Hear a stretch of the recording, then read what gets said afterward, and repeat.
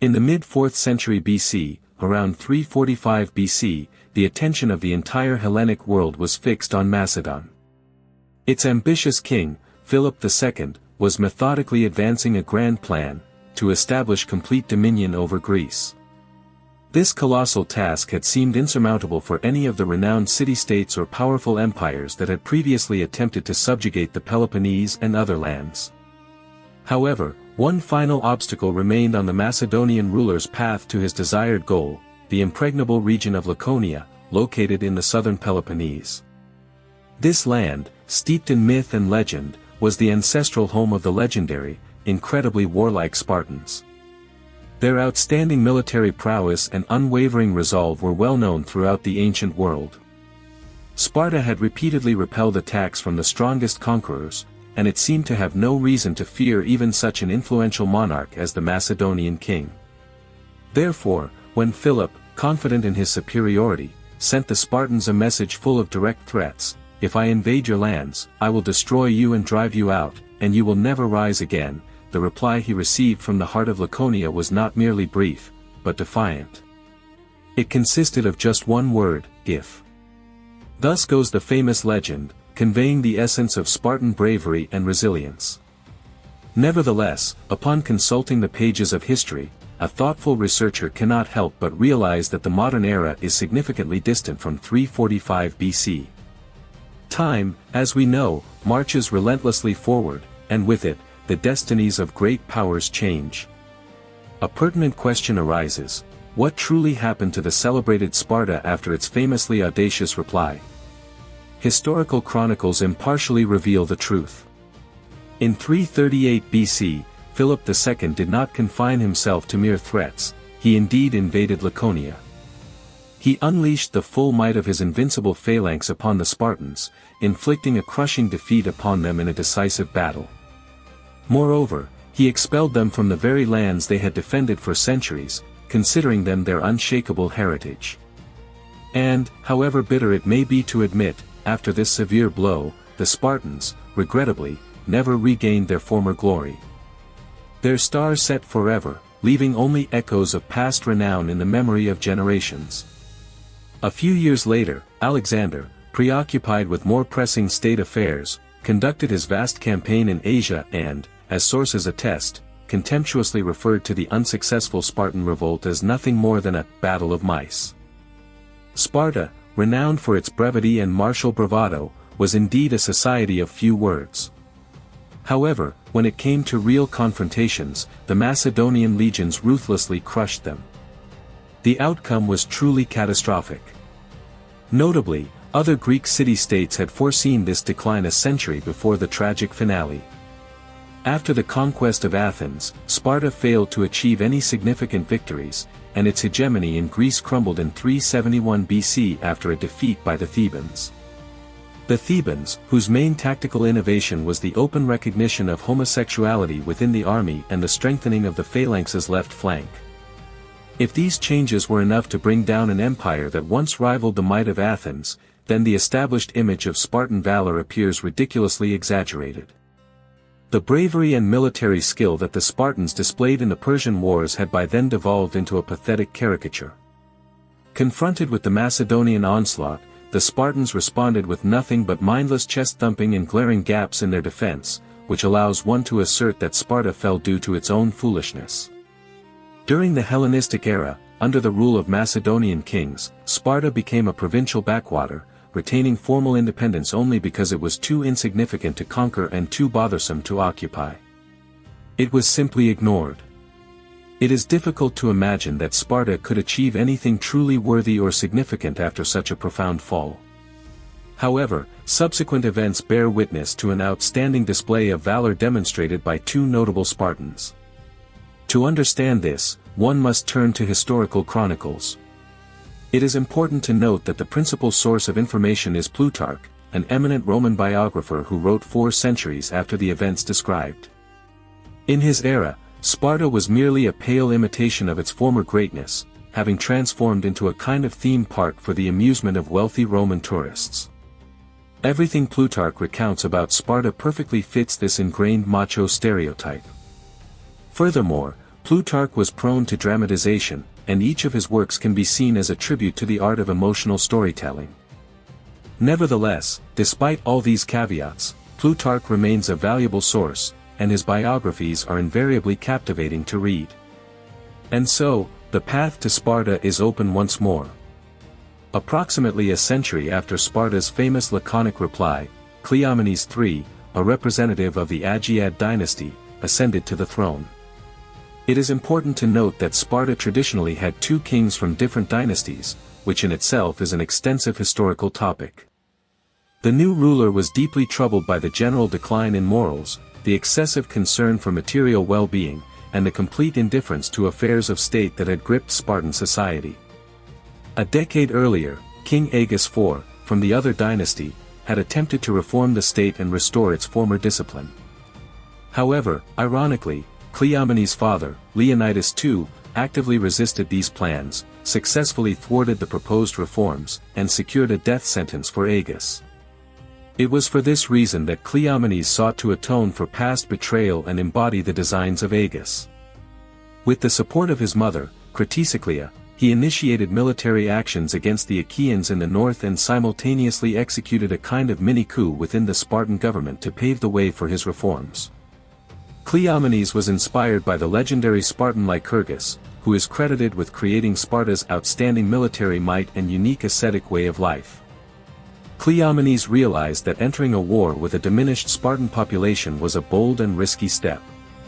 However, according to Plutarch, a renowned admirer of Sparta, his main idea was that regardless of the outcome of battles, victory or defeat, the restoration of ancient discipline, true purpose, and former glory of Sparta was worth any risk.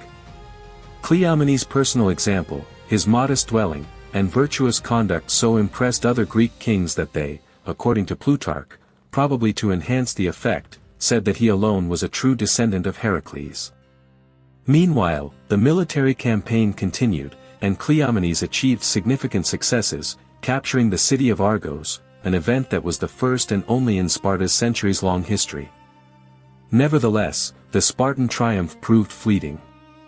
The Achaean League, seeking to turn the tide of the war, appealed to powerful Macedon for assistance. Soon, the superior forces, modern weaponry, and high training of the Macedonian army compelled Sparta first to retreat from Argos, and then drove it back into the confines of Laconia. This rapid retreat led to the swift loss of all territories so suddenly and triumphantly conquered earlier. During this same period, while Cleomenes was on the battlefield, his dearly beloved wife, Aegiatis, passed away, plunging him into deep sorrow. Here, undoubtedly, the influence of Roman historical tradition on the narrative style is evident. Thus, Cleomenes found himself in an extremely difficult and desperate situation. However, according to ancient Greek wisdom, the most effective way of countering Macedonian dominance was to enlist other Macedonians. The Ptolemaic dynasty, ruling in Egypt, anxiously observed the growing influence of the Antigonids in northern Greece and was ready to intervene in the conflict. However, a condition for military support from Ptolemy was demanded. Cleomenes had to send his mother and children to Alexandria, where they would be held as hostages. At this point, it is perhaps worth pausing and attempting to grasp the full tragedy of this turn of fate. Cleomenes had not only suffered defeat in the first phase of the war and lost his wife, but now he had to inform his family that he was exchanging their freedom for an army necessary to continue the conflict he himself had started. Or let us imagine ourselves in the place of Cratesiclea, who was to leave her native Sparta forever to travel to Alexandria. For an outside observer, perhaps there were worse fates than living in the greatest city of the ancient Greek era. Yet, for a worthy and strict Spartan woman, raised in the spirit of austere discipline and traditions, there was no place more alien and offensive to her soul. And yet, the unrelenting logic of state necessity and the harsh laws of military discipline prevailed. So, Cleomenes, deeply saddened, went to his mother, trying to explain the situation.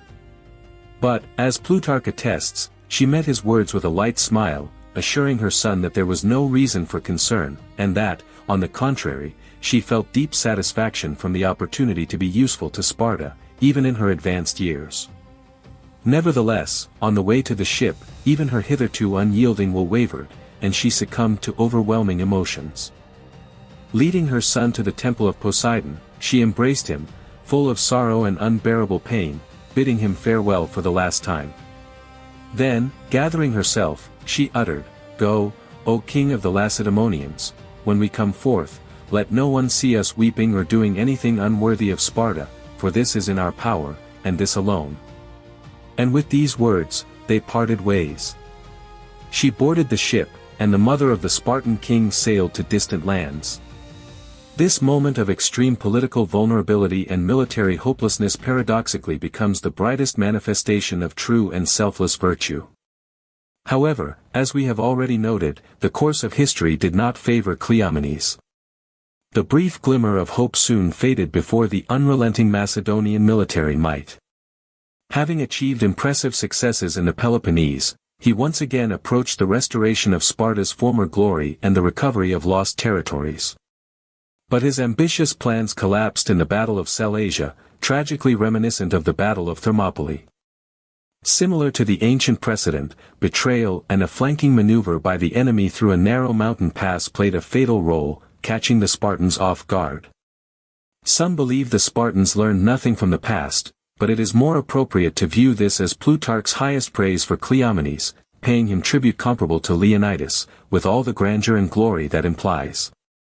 Of the 6,000 Spartans who entered the fray that fateful day, 4,000 had been trained as part of Cleomenes' reforms, and almost all, save 200, perished. Practically all the civilian population of Sparta died defending their city. Cleomenes was forced to seek refuge in Egypt, where he was reunited with Cratesiclea. But in the Battle of Sellasia, Sparta as a polis ceased to exist, the Macedonian king occupied the city, and the ancient system of dual kingship was abolished. Nevertheless, even if the Spartans had managed to survive this war, it would not have been decisive, for in the next century, Rome appeared on the historical stage. Perhaps Sparta still found a worthy end in one last battle, akin to Thermopylae, becoming a symbol of indomitable spirit and heroism. Despite many of Sparta's decisions throughout its history seeming illogical, it is impossible not to feel deep respect for their unwavering devotion to their ideals, especially when it would have been much simpler to remain inactive, as had been the case for the previous century and a half. The modern interpretation of this historical drama often boils down to Sparta suffering yet another defeat. However, Plutarch and later poets see a moral in this: virtue cannot be debased by fate. The Spartans were aware of their impending doom but never surrendered or renounced what they considered honor. Notably, Plutarch deliberately contrasts the life of Cleomenes with the fate of the Roman Gracchi brothers, who also gave their lives for their convictions. Cleomenes and Cratesiclea demonstrated something more than mere grace in the face of adversity. They proved that danger and even failure can harden moral superiority.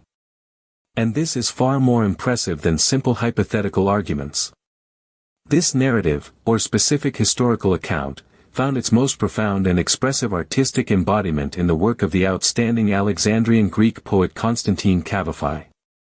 It was in his famous poems, such as In Sparta and Go, O King of the Lacedaemonians, that this ancient story was not merely recounted but reinterpreted with exceptional insight and profound mastery, allowing it to acquire a new resonance and special significance in the literary canon.